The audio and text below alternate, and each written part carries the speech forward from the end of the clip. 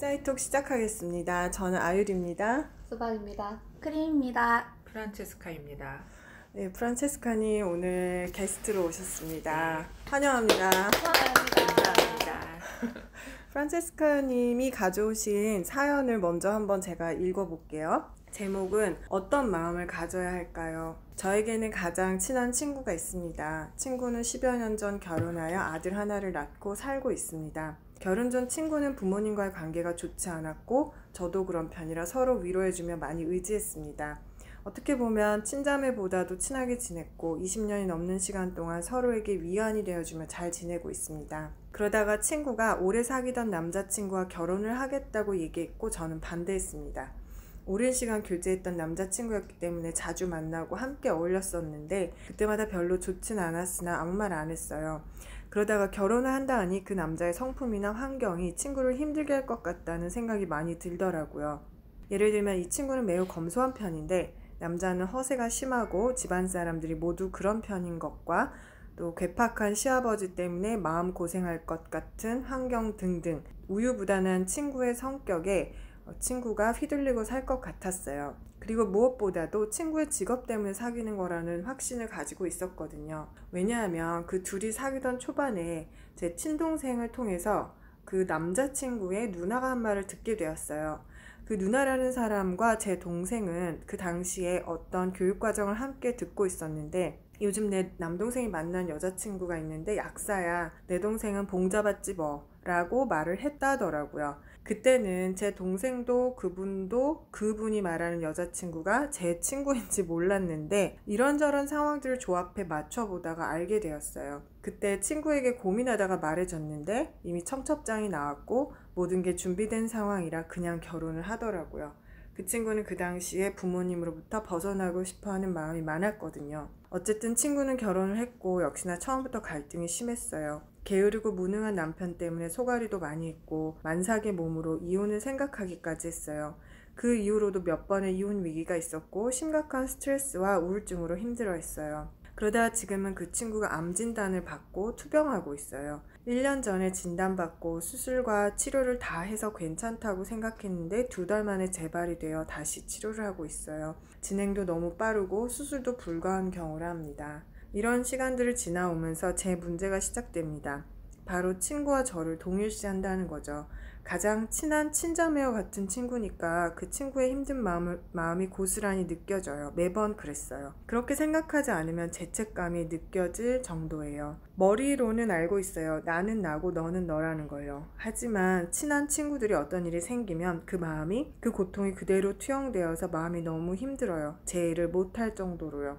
의식적으로 이건 옳지 않다라고 생각하면서 마음을 돌리려고 연습을 많이 하긴 합니다. 그렇지만 시간이 걸려요. 그동안 고통스러운 건 그대로 다 느껴지고요. 저는 마음 공부를 통해 친구의 고통을 내일같이 느끼지 않아도 친구에게 미안한 것이 아니라는 생각으로 바꾸고 이 고통에서 벗어나고 싶습니다. 라고 하셨네요.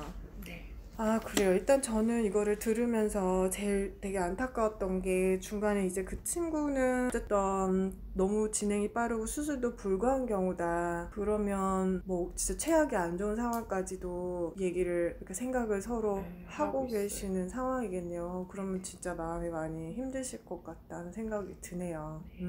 그런 상황인 것과 아닌데 누군가 친했던 친구가 그냥 힘들고 고통스러운 상황이랑은 또 좀 다를 것 같아서 그런 맥락도 고려하게 되는 것 같아요.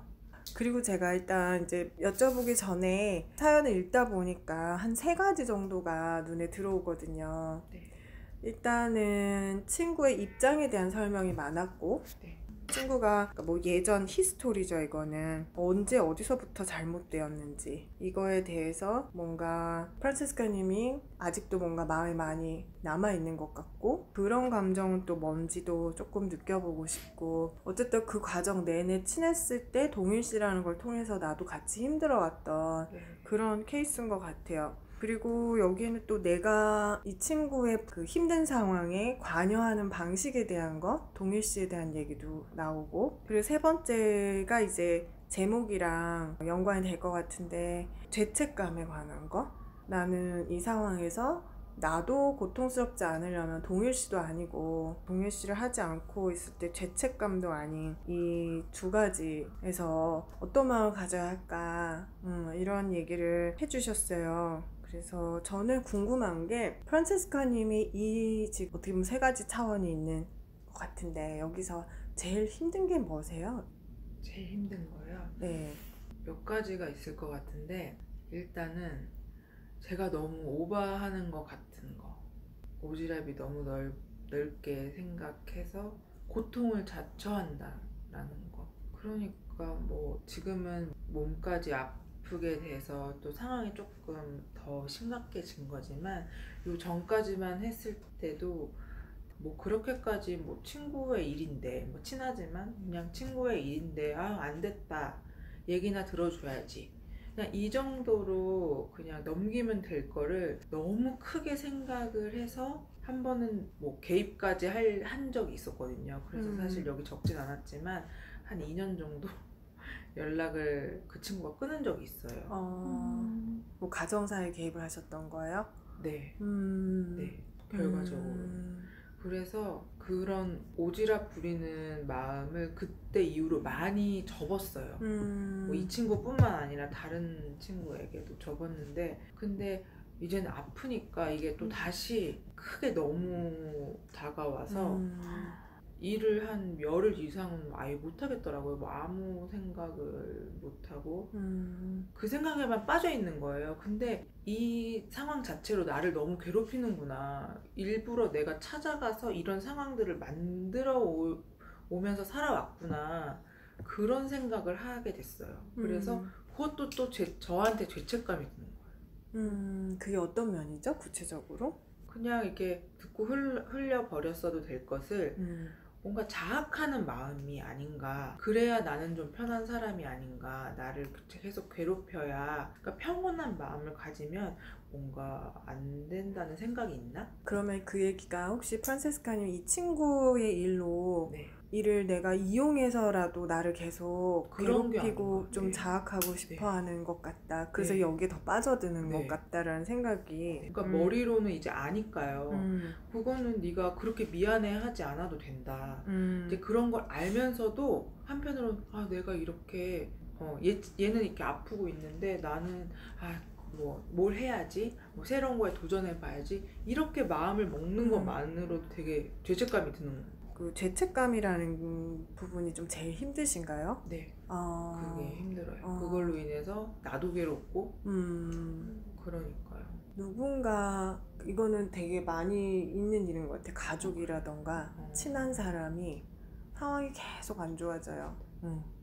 뭐 헤어나지도 못하고 뭐 이게 하루 이틀 한 달 두 달이 아니라 1년 2년은 또 괜찮아요. 근데 이게 이렇게 10년 20년 되면 그죠?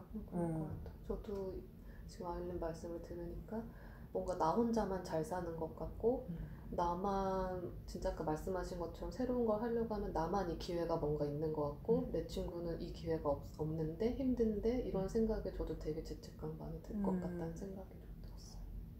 그래서 이거를 조금 더 프란체스카님의 입장에서 한번 들어보고 싶어요.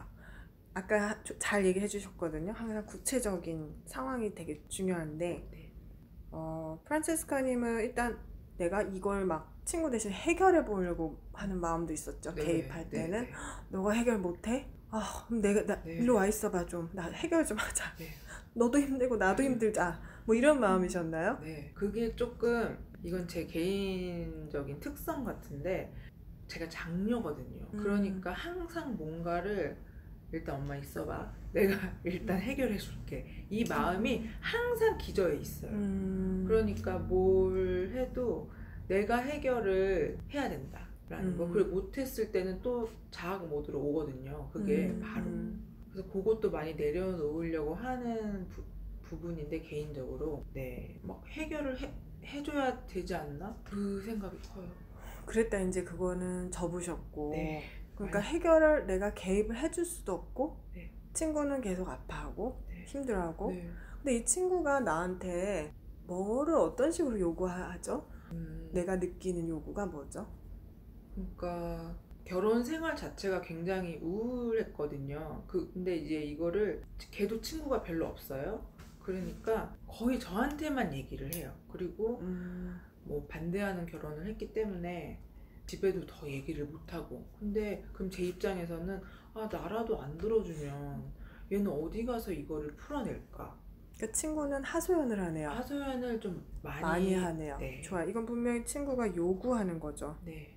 그러면은 사실 누가 요구하는데 그거를 내가 들어주는 게 고 싶지 않으면 죄책감을 느낄 수 있죠. 네. 뭐 말로는 그냥 들어주기만을 원하죠. 뭐 음. 들어주는 것만으로도 너무 고맙다고 말을 하는데 듣다 보면 그렇게 되잖아요. 야, 그럼 이건 이렇게 해봐, 저렇게 해봐 하는데 너무 의지가 없는 거예요. 뭐 아까 여기도 썼지만 우울증이 심해서 그러면 뭐 데리고 뭐 어디를 간다던가 뭐 진짜 여기를 와볼까도 굉장히 생각을 제가 많이 했었거든요. 그런 식으로 했는데 그 당시 뭐 2년 동안 절교를 하게 됐을 때는 좀 더 깊게 제가 지금 생각해도 너무 오지랖이었던 것 같아요. 어쨌든 이 친구는 2년 동안 절교를 했다가 다시 만나도 하소연은 계속 하네요. 그럴 수밖에 없는 상황이에요. 계속 그 결혼 생활은 계속 우울하니까요. 그리고 네. 이 친구는 의지가 없다라고 하셨는데 그게 뭐 이렇게 해봐 저렇게 해봐 해도 그거를 실행을 하지 못하는 면도 있죠. 네. 그러면 스스로는 스스로를 돕는 사람인가요? 못 돕는 그 사람인가요? 친구는 지금 보면 못 돕는 사람이에요. 그래요. 네. 그러니까 스스로도 의지가 없고 네. 그러니까 스스로 자기를 도우려는 마음을 못 내고 네. 다른 사람 말을 해도 역시나 그게 자기를 돕는 네네네. 대로 못 가고. 네. 그러면 어떤 마음들이 드세요? 이 상황이라 그럼 다른 분들 상황 얘기도 좀 들어볼게요. 저는 이제 저도 비슷한 상황이 있었던 것 같거든요. 이제 예전에부터 알았던 친구인데 그 친구도 결혼을 일단 혼전 임신이 돼서 뭐 법적으로 늦게 애를 낳고 나중에 결혼은 했지만 상황이 별로 좋지 않은 상황이었어요. 저도 그 얘기를 매번 비슷한 얘기를 듣고 그럼 이렇게 해봐라, 이건 어때? 뭐 계속 들어줄 수만은 없으니까 그쵸. 뭔가 저도 얘기를 자꾸 하게 되더라고요. 근데 항상 뭐 새롭게 뭐를 하는 게 없고 뭐 말만 하고 이러는 게 몇 번이 되니까 사실 전 전화를 나중에 받고 싶지가 않더라고요. 이게 내가 이렇게 하는 게 무슨 의미가 있지? 싶고 근데 저는 사실 또 지치는 거예요. 그 얘기를 계속 듣는 지쳐요. 게. 그런데 저도 또 친구니까 친구면 이거 들어줘야지 하면서 일단 듣는데 속은 막 너무 이렇게 막 감정이 또 왔다 갔다 했던 그 기억이 좀 생각이 나면서 사실 지금은 연락을 잘 안 해요. 그냥 뭐 잘 지내? 잘 지내? 이 정도만 지금은 하는 경우거든요. 진짜 비슷한 상황이 있으셨네요. 저는 사실 이거를 처음 읽을 때부터 생각이 되게 많이 나기도 했고 지금 프란체스카님 얘기를 들으면서도 되게 마음이 공감도 되게 많이 들고 떠오르는 게 참 많은 것 같아요. 왜냐면 저는 사실 엄마가 그랬거든요. 저희 엄마도 암이셨었고 또 저희 엄마는 다행히 치료가 잘 돼서 지금도 계속 괜찮게 계시긴 한데 그때 마음이 되게 많이 떠올랐어요. 제가 되게 막막했거든요.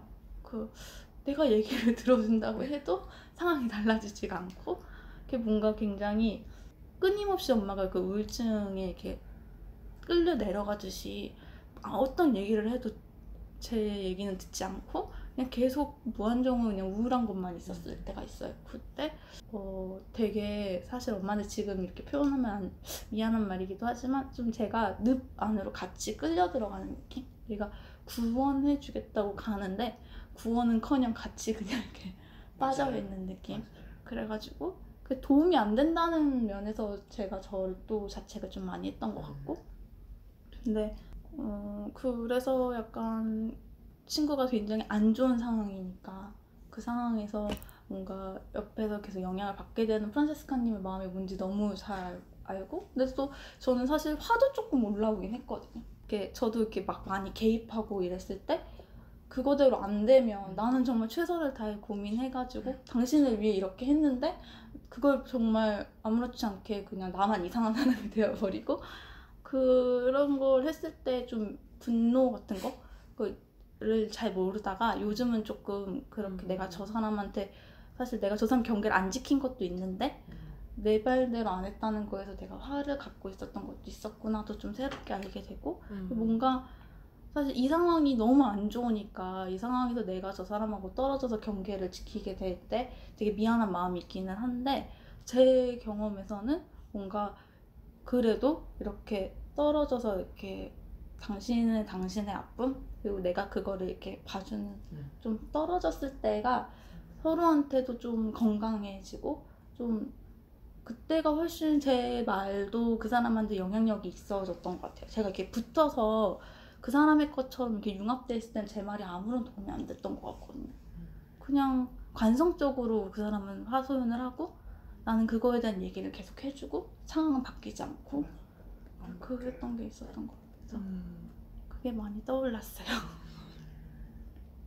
지금 크림님이 하신 얘기를 들으면 저도 뭐가 이렇게 좀 어떤 그림이 떠오르냐면 관성적인 경계혼란. 그러니까 이게 누가 둘이 뭐 그렇게 하자 합의한 것도 아니고 뭐 사전에 약속을 한 것도 아니고 또 의식적이지도 않아요. 근데 어떤 느낌이냐면 그 항아리가 있는데 밑에가 이렇게 깨졌어요.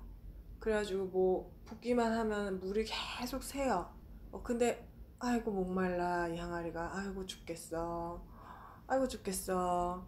그러니까 옆에 있는 항아리가 야 너 그러지 말고 그 수리공 좀 찾아서 밑에 너 뚫어진 데 좀 고쳐달라고 해봐. 그래도 안 하고 계속 아이고 죽겠어. 아이고 힘들어. 계속 이러니까 옆에 있는 항아리가 너 거기 좀 있어봐. 그리고 이제 내 발이나 손 하나 뻗어가지고 아니 내 몸을 갖다 그 밑에다가 이렇게 대신 막는. 그러니까 이게 관성적으로 되게 무의식적으로 사람이 스스로 도와야 되는 부분이 있는데 이 도움을 본인 안에서 자급을 못하기 때문에 옆에 있는 사람이 은연중에 도움이 되어버리게 되는 그러니까 도움이라는 게 지금 빠져있죠. 네.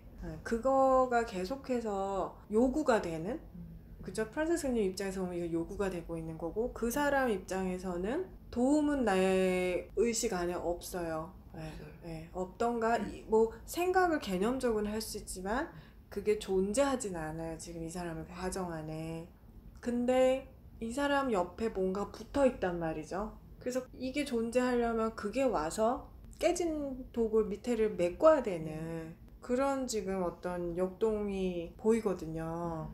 그 항아리 말씀하셨는데 그러니까 그 옆에 있는 항아리는 왜 사실 죽겠어 라고 얘기만 했는데 나 네 손을 좀 뻗어주지 않을래? 라고 말하진 않았잖아요.